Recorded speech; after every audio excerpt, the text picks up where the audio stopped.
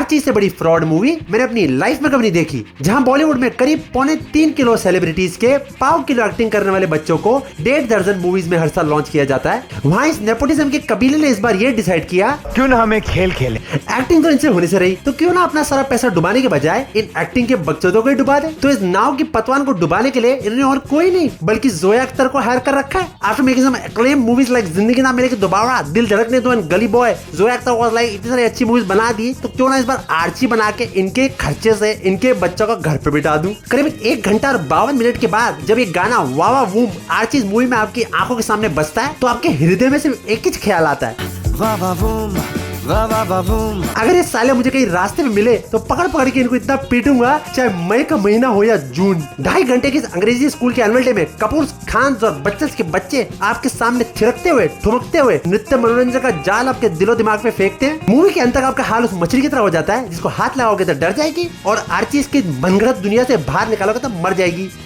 Movie का main protagonist Archie उर्फ Andrews आर्चीबॉल्ड को एक नंबर का उठाई गिरा जालसाज टू टाइमिंग करने वाला ठरकी लौंडा दिखा रखा है, जो सावन के महीने में अपनी घुंघराली जुल्फों से रिवरडेल की चमन चेंडू लड़कियों का दिल जीतने का काम करता है। रिवरडेल की बुढ़िया, जवान और कमसिन हसीनाओं में आर्ची एक ऐसी तड़प उजागर करता है जिसके सामने जॉनी सिंस का भी सामान फेल हो जाए। आर्ची हर अमावस की रात को अपनी बेस्ट फ्रेंड्स उर्फ दिलरुबाओं को गीले चुम्मियां आदान प्रदान करने का कार्यालय चलाता है। बल्कि सच्चाई है कि आर्ची उस सुंदरवन का पेड़ है जिससे सांप कम रिवरडेल की लड़कियां ज्यादा चिमड़ती हैं। आर्ची और उसके साथ चिरकुट दोस्त फुल टाइम में जहां आशिकी लड़ाने का विद्यालय चलाते हैं, वहीं पार्ट टाइम में लोगों ने अपने कम्युनिटी के ग्रीन पार्क नामक नाना नानी पार्क को बचाने का जिम्मा उठा रखा है। वैसे पूरी कम्युनिटी में चुतियापा फैला रखा है कि this green park is our heart, it's our soul of our community, it's where our community grows. पर असल में वही बगीचे के जरिए अपने माँ बाप को इन्होंने नाना नानी बनाने का जिमखाना खोल रखा है। कभी वो आर्ची वेरोनिका को किसी प्रदान कर रहा है, फिर वो लंदन चली जाती है, फिर अपने साथ की बेस्ट फ्रेंड बेटी को पकड़ के उसको चुम्मिया चेम लग जाता है, फिर बेशर्मी सर अपने बाप को बोलता है I want to go to London dad, I gonna study hard,